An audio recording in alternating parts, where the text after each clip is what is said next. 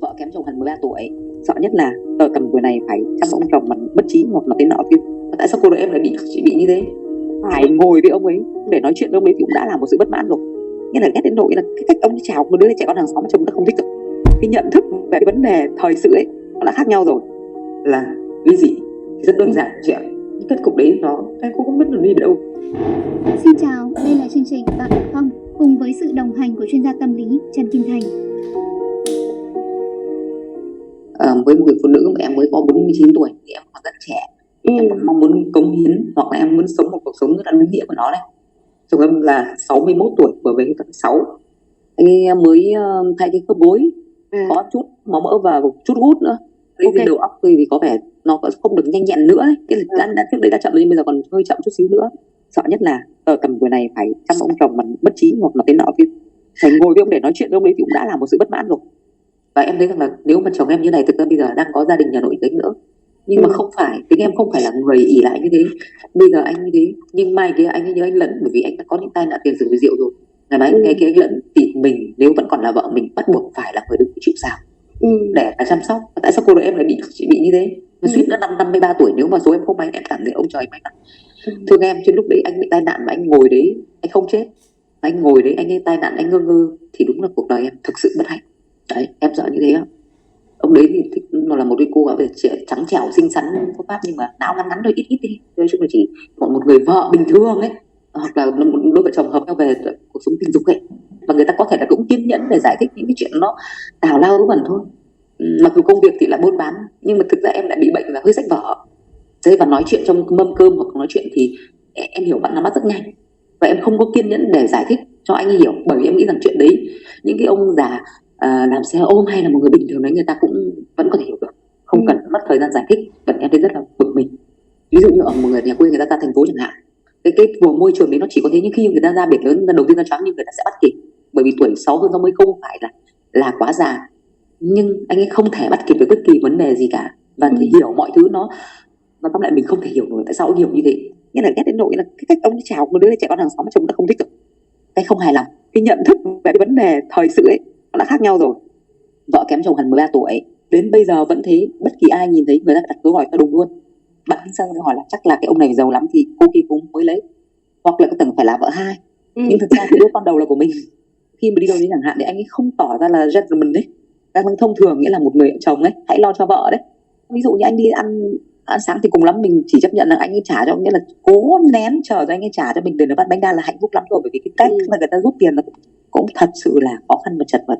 Những đôi vợ chồng ấy đi ăn với nhau chẳng hạn thì là em so sánh này, cái người chồng kia người ta rất bình thường, bề ngoài hoặc là học vấn có thể người ta không bằng mình, nhưng tại sao người ta được chăm chút, người ta được hạnh phúc, nhưng mình bị giam bởi cuộc hôn nhân, bởi con cái, bởi gia đình của mình không có cơ hội được điều đó, thậm chí là tiền bạc tài chính vân vân về mọi mặt luôn đấy hả? Vâng. Nhưng thật ra thì đối với em nếu mà thật sự để là ly dị thì rất đơn giản chị ạ. Những kết cục đấy nó em cũng không biết được đi đâu, vì nếu lẽ là mình phải làm từ trước ấy. Nhưng mà tiếp tục cái cuộc sống này thì rất khó chịu vì hai vợ chồng không có một cái điểm gì chung, nói chuyện không muốn, em không muốn làm cái điều gì chung cả, trừ là bởi vì bây giờ có một cái nhà ở đây thì mình buộc phải tiếp xúc thôi. Nhưng mà cộng thêm rất là nhiều nghĩa vụ, nhiều trách nhiệm không đáng có. Và em có 2 đứa con và còn gọi ông là có cháu nội rồi, cháu bé vừa hơn 1 tháng. Như là em chỉ muốn nghĩa là xem mua cái bảo hiểm nhân thọ mà con này tin mãnh liệt là mình sẽ chết và con mình sẽ được hưởng cái điều đấy.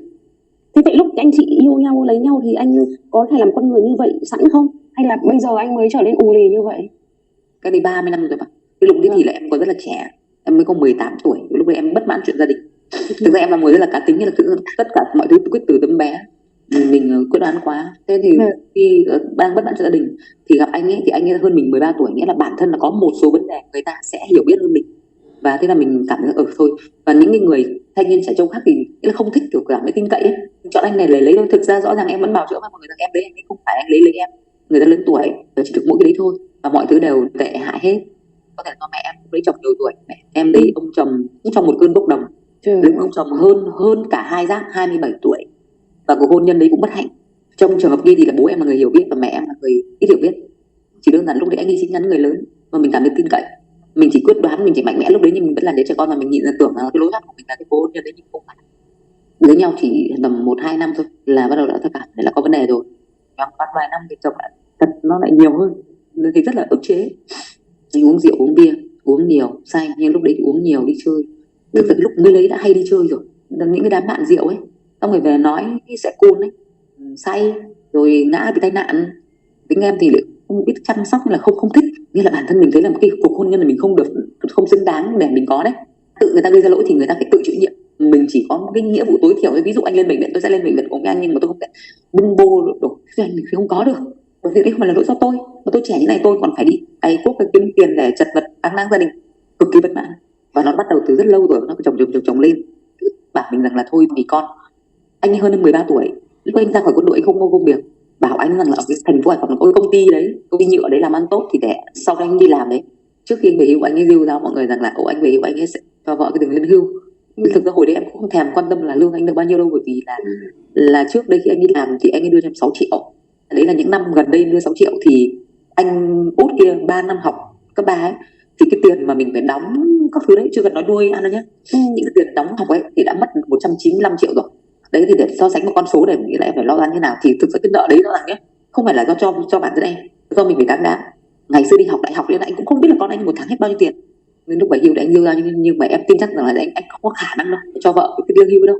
Trước nữa khi mà cái thằng lớn nó còn đang ở nhà đấy, thì nó đã vớ được cái Gmail mà chuyển lương của anh ấy, thì ví dụ anh ấy đưa lương của anh ấy cho em 3 triệu một tháng cả, thì anh được để lại phải, nghĩa là anh sẽ 2/3 và 1/3 để lại. Bây giờ mình hiểu, trước đây thì mình còn trẻ, mình còn khỏe, lúc mình còn làm được nữa, cũng không phải là nhiều, nhưng nói chung mình cảm giác được. Nhưng bây giờ hiện tại thì sau mấy năm Covid này, 50 tuổi này, công việc không tốt, em có nợ một chút tiền, nợ thì cũng không phải là lớn, nhưng mà nghĩa là cái sức chịu đựng của mình nó sẽ kém đi ấy. Bạn sức khỏe, về cơ hội làm việc, về cơ hội nó sẽ kém đi. Nhưng những đứa con của mình hiện tưởng là nhá, nuôi anh đứa đang học và đến bây giờ thì sự nghiệp của bạn vẫn chưa ổn định, không như kỳ vọng, vẫn phải mẹ phải hỗ trợ. Gia đình xin cho một công ty thì bạn làm xuất nhập khẩu, nhưng bạn lười nhá, bạn ấy xả, bạn ấy chỉ đi làm thôi, nhưng vì là công ty của người quen, cho nên là bạn 9 giờ bạn ngủ đến 9 giờ bạn mới đi làm. Bạn đi làm bạn cũng không chịu khó, đi làm thì kể cả là người nhà đi nữa thì vẫn bị là ba cũ ăn ma mới, và bạn không hiểu, và bạn còn khóc lóc, nên trong đấy tính thế là cơ. Đàn ông khóc lóc vì bị chị chèn ép, và cũng không chịu khó học hỏi tài liệu để thăng tiến trong nghề nghiệp. Bạn lớn đấy thì em cũng lại đổ lỗi cho lại là do bố, bởi vì là anh phải chắp cánh, anh phải thổi vào con cái ước mơ nỗ lực khát khao học hỏi. Một mình bà mẹ nó nhà với chị đi làm như thế thì lương chỉ có mấy triệu thì bạn cũng chẳng, và tối bạn đi về bạn cũng không đóng tiền cho mẹ. Em kêu ca thì bạn bảo là mẹ muốn bao nhiêu tiền, thế nhưng em rất là thương con, em biết là con em chỉ được 5 triệu thôi, thì con bảo không, mẹ lại không cần là chính xác là bao nhiêu, mẹ chỉ cần cái tâm của con. Nó bảo không, mẹ phải cho một con số. Thế bây giờ em được con số thì em phải là 2 triệu một tháng là ít nhất. Mày phải nọ phải thế kia, mày phải là làm việc nhà. Cái nhưng bạn ấy từ tối về bạn không làm việc nhà, bạn lại chơi điện tử, em lại thôi không lấy lương thì để xem bạn có đi học không.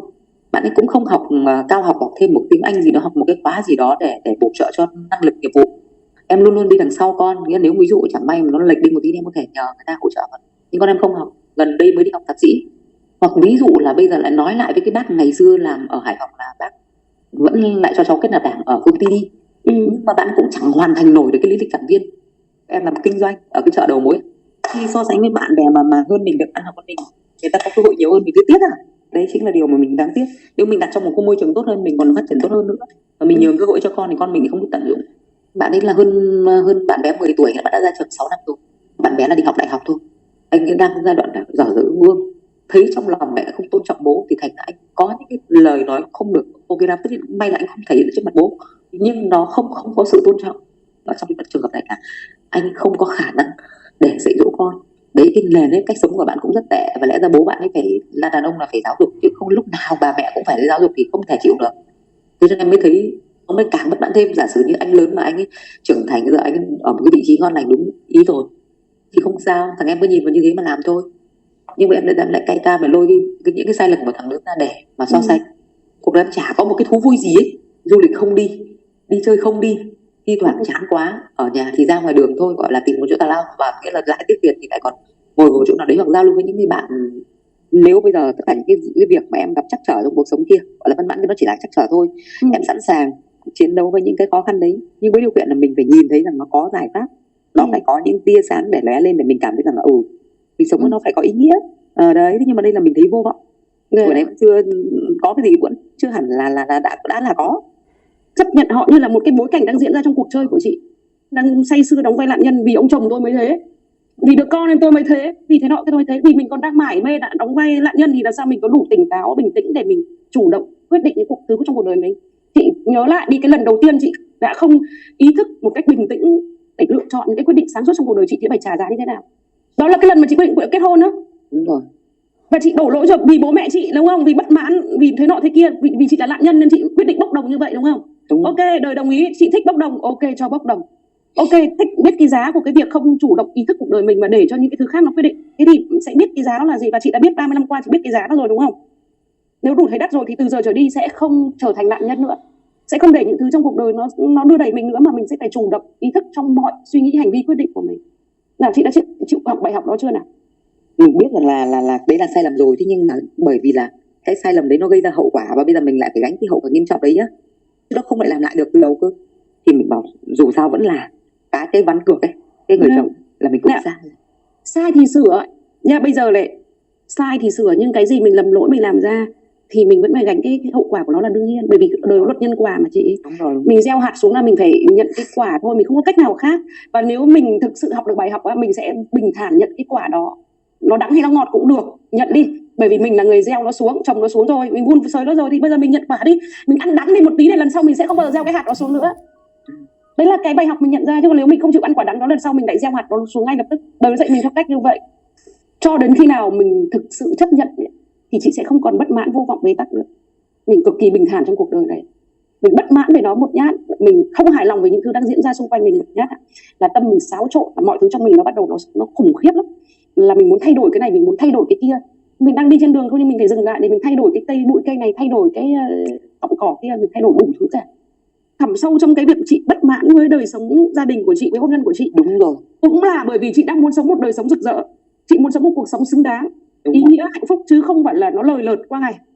Thì ở đây mình đang nhìn ra là mình đang sống chưa đúng như những gì mình muốn, nên chị cảm thấy bất mãn khi bước vào cái giai đoạn hiện sinh, và của chị đang bước vào giữa giai đoạn trung niên đây này. Đúng không nào? Thường vào tuổi trung niên người ta sẽ có những vấn đề như chị đang có, là bắt đầu hài lòng với những gì mình đã đi qua, vì mình đã sống đúng như những gì mình muốn, sống đúng như con người mình đã cống hiến được cho gia đình, cho xã hội hay gì đó. Hoặc sẽ là một cái trường phái đối lập, đó là bất mãn với chính bản thân mình, bất mãn với gia đình, với xã hội, với những mối quan hệ, bởi vì mình cảm thấy mình đã không làm được những gì như mình xứng đáng. Làm được bao nhiêu điều nhưng chị vẫn cảm thấy khổ, vì chị đang đi so sánh với người khác thôi. Những gì đang diễn ra chấp nhận nó, không có than vãn, không có oán trách ai, không có đổ lỗi cho bất kỳ ai. Tất cả đến từ sự thấu hiểu. Chị sẽ biết đâu là việc chị cần phải làm, đâu là việc không cần làm. Có những thứ mình không cần làm, có những thứ mình không được làm. Ví dụ như con chị thương nó, chị thấy nó chưa thành đạt, chị muốn giúp đỡ nó. Đúng rồi. Nhưng cái việc chị xin việc cho nó, chị bỏ tiền cho nó, chị lo cho nó đủ thứ như vậy, chị sẽ làm mất đi cái bản lĩnh của nó. Bản lĩnh là cái sự khả năng xoay sở của nó, khả năng tự lập của nó, mất đi rất nhiều thứ của nó. Không thật, nhiều người bạn em giỏi giang lắm, em có thấy mình kém cỏi thôi. Chị vẫn đang so sánh đấy, và mọi sự so sánh đều gây ra đau khổ hết, vì mọi so sánh đều khập khiễng. Một là nó thực sự so sánh không có ích lợi gì, bởi vì nền tảng của mỗi người là khác nhau, hành trình mỗi người khác nhau, tiến trình khác nhau, cái điểm xuất phát khác nhau, với mình so sánh hệ năng lực khác nhau, của những cái nghiệp quả mang theo cuộc đời này khác nhau, với mình so sánh với nhau làm gì? Nếu mình so sánh mình thấy hơn người ta, mình sẽ sinh ra cái tính kiêu căng và tự đại, sĩ diện, và lúc đấy là tăng lên là sẽ làm hủy hại mình mất. Còn nếu mình thấy kém người ta, mình tự ti, mình cũng tự hủy hoại mình luôn. Việc chính của chị ở đây là chị nhìn lại sự việc hiện tại của chị bằng cái con mắt của một cái người đang quan sát ấy. Chị không còn dính vào cái vai một cái người phụ nữ đó nữa, mà chị đang quan sát cái cuộc sống của người phụ nữ nữa, và không dính mắc cảm xúc vào đó. Chị còn chấp là tôi là cái cô này, thế thì chị sẽ luôn đòi hỏi rất nhiều thứ cho cái cô này, bởi vì chị bị gọi là chấp ngã. Và chị nghĩ rằng đó là tôi, nên tôi phải được thế này, tôi phải được thế kia mới xứng đáng, mọi người phải thế này thế kia với tôi. Thế bây giờ mình rút ra, mình chỉ coi như đấy là một bộ phim mình đang xem thôi, được không nào? Vâng. Rồi, ok, vậy chị nhìn lại đi, chị nhìn có một nhân vật nữ ở đây đúng không? 50 tuổi, có một chồng, 2 con trai, một con dâu và một cháu nội. Chồng chị thì là 63 tuổi. Đúng rồi. 2 con trai là bao nhiêu tuổi? Một cháu 29, một cháu 19. Ok, vậy là chị đã hoàn thành xong việc làm mẹ rồi. Đúng rồi. Nuôi con đến 18 tuổi là xong nghĩa vụ làm mẹ, làm cha rồi, nhưng vẫn tiếp tục can thiệp vào cuộc sống của các con, đúng không nào? Đúng rồi. Mặc dù sự can thiệp ở đây cứ dùng theo nghĩa đẹp của chị, đó là giúp đỡ, phải không? Đúng rồi. Hỗ trợ. Và nghĩa tiêu cực đây đó là gì? Chị điều khiển chúng hơi nhiều, đúng không? Chị bắt chúng nó làm theo kỳ vọng của chị hơi nhiều, đúng không? Nhưng mà vấn đề là chúng nó lại cứ phải cần cơ. Thôi, mình nói gì đâu, mình đang lại chấp ngã rồi. Mình chỉ thế à? miêu tả nó thôi mà. Đúng không? Chị đang đứng trong vai trò của chị để chị nói mất rồi. Mình nhìn người ngoài thôi. Cái sự can thiệp mình dịch ra đây có thể là cái người trong cuộc mình nhìn thấy như chị nói là vì họ cần, đúng không? Nhưng mà còn hay không, thực sự là con trai chị biết. Có những cái nó không cần chị vẫn cứ làm, cứ can thiệp thì chính là bắt buộc đấy, bắt ép đó. Kiểm soát nhá, áp đặt. Được chưa nào? Mình đang mà nói chị Tê là phải nói chị đâu nhá. Và cái gia đình này có bị đói ăn không? Không đói ăn mà nợ lần đúng không? Nợ lần chút xíu, có khả năng đoán. Rồi, ok, tốt rồi. Chồng chị đã tuổi về hưu rồi. Đây là tuổi nghỉ ngơi. Không đòi hỏi gì ở cái người này nữa. Cái người này là người sống thêm thôi, được năm nào hay năm đấy, không quan trọng nữa. Được, nhưng mà người khác người ta vẫn minh mẫn, người ta vẫn các thứ. Đây, ở đây chị lại đang cái gì đấy. Mình đang nói về mặt xã hội mà chị. Mình đang quan sát mà.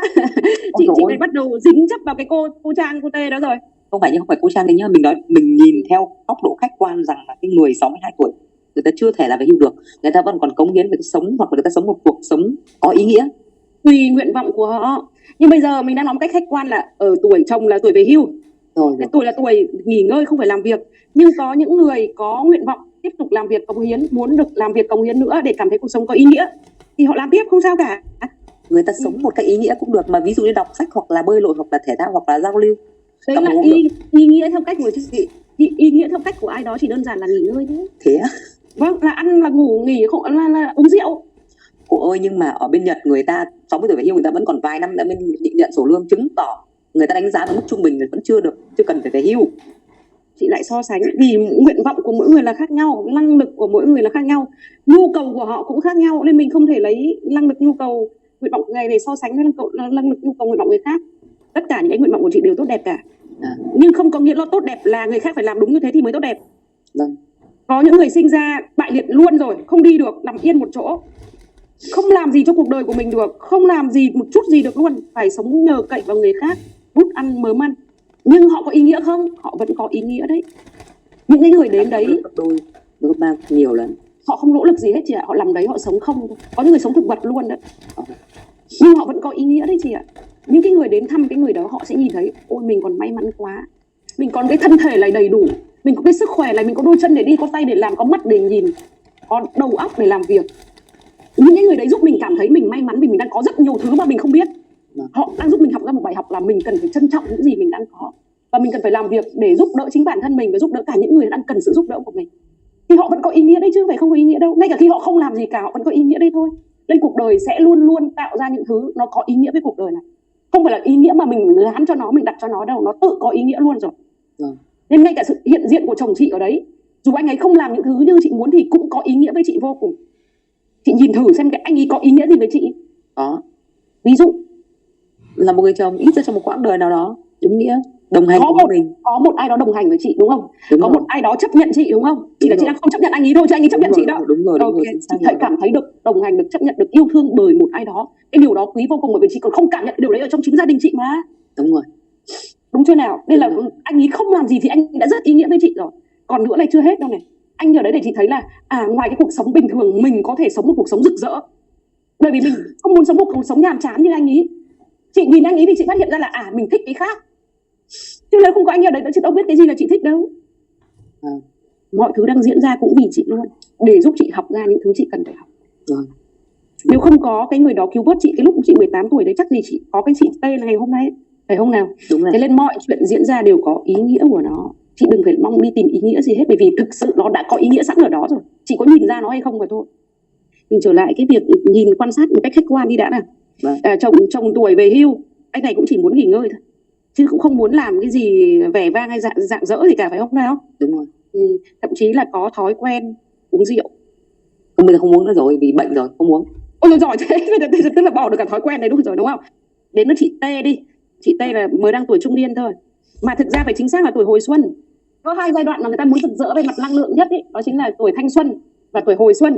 Em nói rực rỡ năng lượng đó là nó như một bông hoa, nó muốn cái năng lượng đó nó không thể kìm nén bên trong được, mà nó muốn tỏa, nó rạng ngời ra bên ngoài ấy. Thì đấy chính là cái sự rực rỡ. Ví dụ như là chị muốn hát này, chị muốn hoạt động nọ kia để cái năng lượng nó được bung tỏa ra. Những cái gì đẹp đẽ bên trong chị cũng muốn được bày tỏ ra đó. Chứ người ta chỉ nghĩ đơn giản hồi xuân là sẽ như tin muốn làm đẹp, muốn được yêu, nó chỉ là một cái khía cạnh rất nhỏ của hồi xuân. Đúng rồi. Nên chính cái giai đoạn hồi xuân này người ta cống hiến được rất là nhiều, bởi vì lúc đấy người ta dạt dào năng lượng chị ạ. Chị cứ tận dụng đi, chị muốn nó làm gì thì chị làm, nhất là những cái điều mà chị thấy tốt đẹp tích cực thì chị cứ làm thôi. Ở đây quan trọng nhất với cái chị T này là chị đang cảm thấy bất mãn với đời sống của chính chị ý. Thì trong cái đời sống cá nhân này, cái bất mãn nhất của chị là về đời sống hôn nhân phải không nào? Chồng và con đó chị nhá. Nhưng mà đời sống hôn nhân không chỉ hôn nhân gia đình mà đời sống cá nhân của chị còn liên quan đến sự nghiệp nữa. Sự nghiệp công việc chị vẫn đang muốn làm một cái gì đó, nó cảm giác như là mình cần phải làm hơn nữa để nó thành đạt công hiến mang giá trị mà chị chưa làm được như vậy, đúng không nào? Tình cảm ở đây là chị cũng đang không được thỏa mãn từ chồng, không được có sự kết nối. Rồi ok, bây giờ nhìn rõ hơn về chị T rồi. Và còn một cái ở đây là chị T mong muốn điều gì? Khao khát là chồng đọc sách nhiều hơn, tóm lại bằng cách nào đấy cũng nhanh bằng một nửa vợ thôi, nghĩa là nghe lỏm một cái thông tin gì kích hoạt nó lên. Không được đâu chị ơi. Cái kỳ vọng chồng đọc sách nhiều hơn đã rất là phi thực tế rồi. Mà còn thêm một cái vô cùng phi thực tế là muốn người ta nhanh hơn, người ta sinh ra vốn người ta như thế rồi, chậm thì phải chậm thôi. Có người sinh ra IQ thậm chí có được có 70 thôi hoặc là 50, tức là sẽ không thể thông minh nhanh nhẹn như chị đâu. Cái thứ mình phải nói đúng chính xác ở đây nha, tại vì cô này cô đòi hỏi yêu cầu nhiều quá, kỳ vọng nhiều quá. Nói chính xác ở chồng chị đó là như tất cả mọi thứ anh ấy là không như chị mong muốn. Với con chị cũng thế luôn, có rất nhiều thứ con chị không như chị mong muốn. Đúng rồi. Nhưng nó cũng có ý nghĩa là bởi vì nó sinh ra làm cho chị có động lực để sống ý nghĩa hơn, sống tử tế đàng hoàng hơn, phát triển hơn mỗi ngày, cố gắng hơn mỗi ngày để mang lại điều tốt đẹp cho con chị, cho gia đình chị, đúng không? Làm gương cho con chị. Thế nó cũng có ý nghĩa động lực cho chị rất nhiều phải không nào? Nhưng mà chị phải hiểu là có những người sinh ra con vốn sinh ra nó đã chậm phát triển trí tuệ, tức là đơ ngơ ngơ chả biết gì luôn. Thế thì ở đây chẳng có cách nào khác ngoài chấp nhận thôi cả, không kỳ vọng gì hết. Với những đứa sinh ra như thế là khỏi mong muốn kỳ vọng gì. Nhưng chẳng qua con mình sinh ra cũng xinh đẹp, cũng biết học hành các thứ nọ kia nên mình kỳ vọng đòi hỏi hơi nhiều. Đó. Còn những người sinh ra con thế kia là chỉ mong con khỏe bình thường thôi, được rồi. Thì á rồi. Thế là chị T tham lam. Đúng rồi, chị nhận ra cái điều đó rồi. Tốt quá luôn, đâu có dám hỏi nữa. Không, nhưng vấn đề là tham lam với tỷ lệ bao nhiêu so với mặt bằng chung của nhân loại. Lại so sánh. Hai cái thứ mình mắc nhiều nhất là thói quen ấy, đó là tham lam và so sánh. Mình không có gì phải thất vọng ở đây cả, nó là một cái chu trình hình sin, nó phải có giai đoạn nghỉ để lấy sức, hồi sức, bơm xăng vào để đi tiếp, rồi có giai đoạn nó phát triển mạnh mẽ bùng nổ lên. Thành ví dụ góc nhìn của Thành thôi nhé. Một người như chị T này, có thứ như chị ý muốn và có rất nhiều thứ như chị ý không như chị ý muốn, thì Thành thấy đây là một cơ hội để chị ý rèn luyện được cái sự buông bỏ, bớt dính chấp vào cái bản ngã, bớt bị dính mắc vào những cái điều như mình muốn. Bởi vì cuộc đời là vô thường, nó sẽ luôn diễn ra theo cái cách không phải theo ý mình muốn hay ý mình không muốn, nó diễn ra một cách tự nhiên theo các quy luật vận hành của cuộc sống, mình chả can thiệp gì được vào đó cả. Ở đây nếu mình hiểu được cái điều đó thì mình sẽ đỡ dính chấp vào cái điều đó. Nhưng ở đây mình cũng chưa hiểu, đây là khi những cái thứ nó diễn ra không như ý mình muốn nhiều ấy, mình sẽ có cơ hội để mình thấy là nếu cứ dính chấp vào như thế, cứ bắt thì như ý mình muốn thì mình sẽ khổ lắm. Thì Thành chưa nhận ra nữa gì, cho khổ thêm một chút xíu, cho nhiều thứ không như mình muốn chút xíu để mình thấy là càng muốn như ý mình muốn thì càng khổ. Thì khi mình khổ đủ rồi mình sẽ thấy là thôi tôi chẳng cần như ý tôi muốn nữa, thế nào cũng được. Thế là mình sẽ bớt dính mắc đi, mình giải thoát cái sự đau khổ rất là nhanh. Mình sống nó được bình thản, là mọi thứ diễn ra trong cuộc đời đều tuyệt vời với mình cả. Vậy thì góc nhìn nó đang giúp mình học bài học buông bỏ, bớt chấp ngã, bớt đòi hỏi, bớt tham lam, bớt so sánh, bớt đòi như mình muốn. 5 nguyên nhân gây đau khổ con người thì một trong những nguyên nhân đấy đó là tin rằng hạnh phúc nằm ở tương lai khi mình đạt được thành tựu này thành tích kia. Mình cứ tưởng là mình chưa đạt được mình đau khổ. Chị đang để lòng tham kiểm soát chị, nên chị suốt ngày tôi chưa đạt được cái kia, tôi đau khổ, tôi bất mãn. Còn khi chị biết là tôi khao khát đạt được cái này nên tôi sẽ lập kế hoạch để làm việc này, trong cái hành trình làm được điều đó tôi vẫn quan tâm đến bản thân, đến những người xung quanh tôi.